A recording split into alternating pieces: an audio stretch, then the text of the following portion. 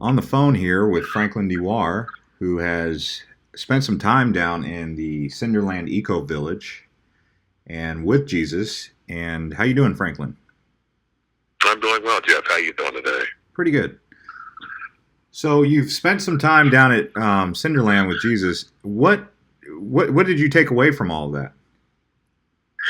Well, I took a trip down there, and actually am interested in looking at making documentary film work for sustainability. And Cinderland is probably one of the older communities down there that are living off the grid and have gotten to be about 80% sustainable. It's kind of a melting pot of folks from different backgrounds. You've got people that are 18, 19 years old, and you got people that are 60, 70 years old that are either have decided to make that their temporary home, and some of which have decided to stay a little bit longer. What's your take on Mr. JeZus, or that's his name, right? JeZus, or is his real name JeZus, or has he called himself JeZus? Is he does he think he's Jesus Christ, the next coming, or what's the deal with that? Can you clear that up for some people? Well, I think that I don't want to speak for someone on what their individual belief system is. That's not his legal name, no.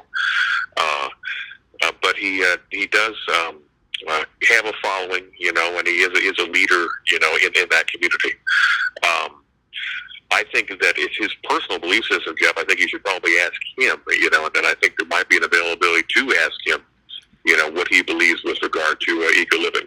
What I do know is, being over there, that the man is very conscious of making sure that we have a very small footprint, as far as how we're using the world's resources.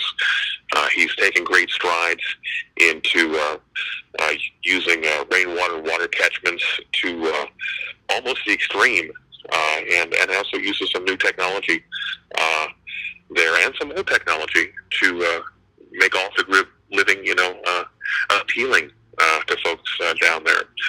Some of the simple things that he does are things that could save folks hundreds of thousands of dollars in energy costs if they put those into play. One of the things that was exciting going over there and getting footage in that community was that this was an intentional community that he built from scratch. Prior to any of that being there, it was a lava field. We've got large resorts. We've got, the Monolani. We got the Waikoloa Village. We've got a lot of folks that are making a larger impact from a commercial standpoint on their use of having entertainment for Hawaii.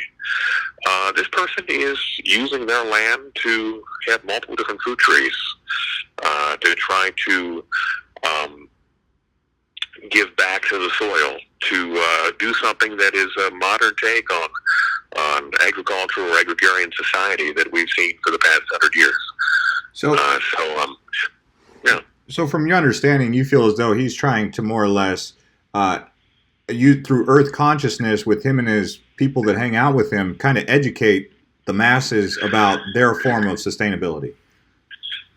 I think so. I think that, the one thing, and like I said, I can't jump to conclusions on how he sees himself, but I have witnessed him as being an educator, and try to educate different generations about what they can do in simple things, to actually promote Earth consciousness, and to promote being able to not take so much from this island like many of the tourists have and a lot of the corporations have.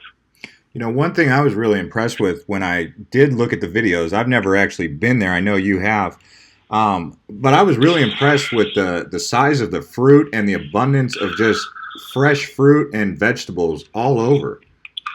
Did you go ahead? Mm-hmm. And this is something that's interesting too, is that if you make use of the right cycle in the soil, and you plant things in a way that, one, will thrive here, and two, you're not over harvesting, you can naturally get an abundance amount of fruits and vegetables, naturally. That's from if I can recollect, from when we were having this conversation about a year and a half ago, You know, they don't use any chemicals out there. This is all no spray. You know, this is all things that they don't augment any of their farming per se. You know, out there with anything that's creating anything larger, and you do have a wealth of size and quantity when you do that, and when you do things right.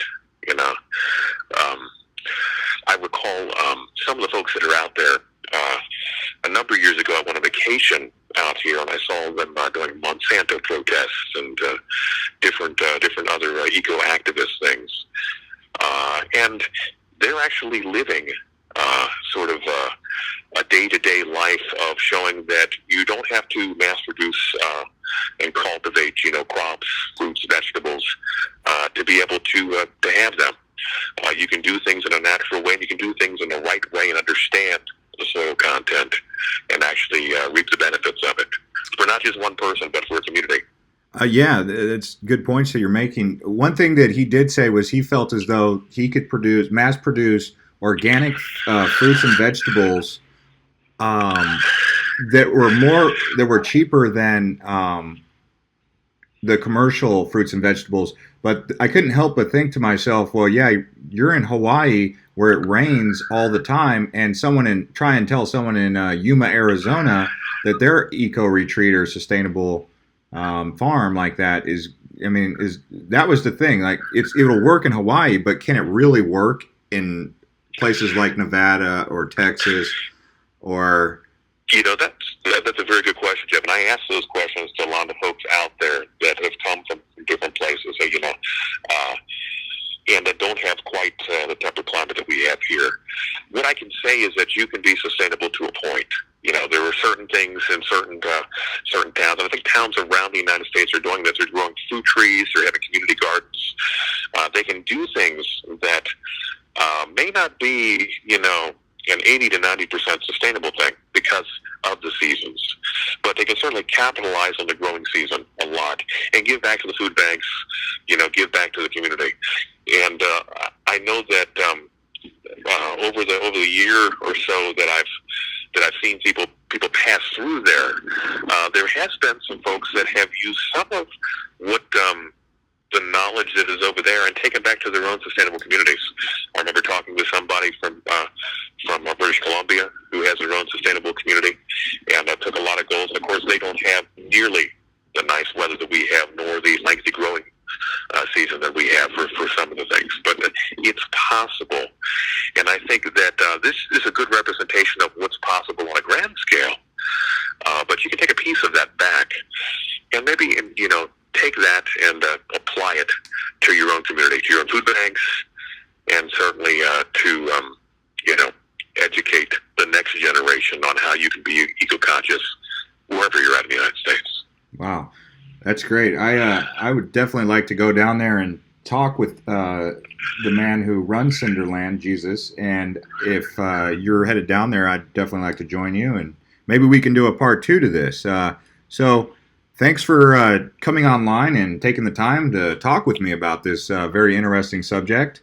And so what do you do? You're with Big Island Promotions, and that's exciting.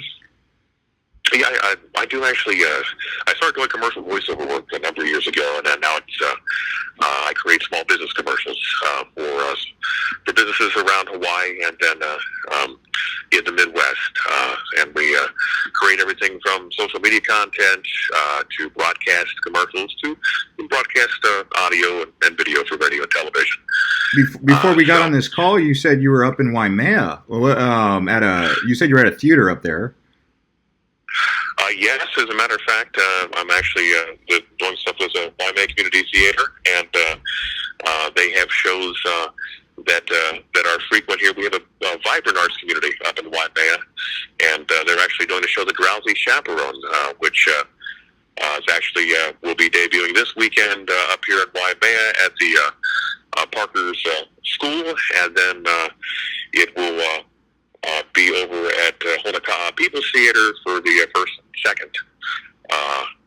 So very, very talented folks. We've got a lot of great art scene. A lot of people that are moving from all around to enjoy our art scene, and of course, as we talked about earlier, our sustainability.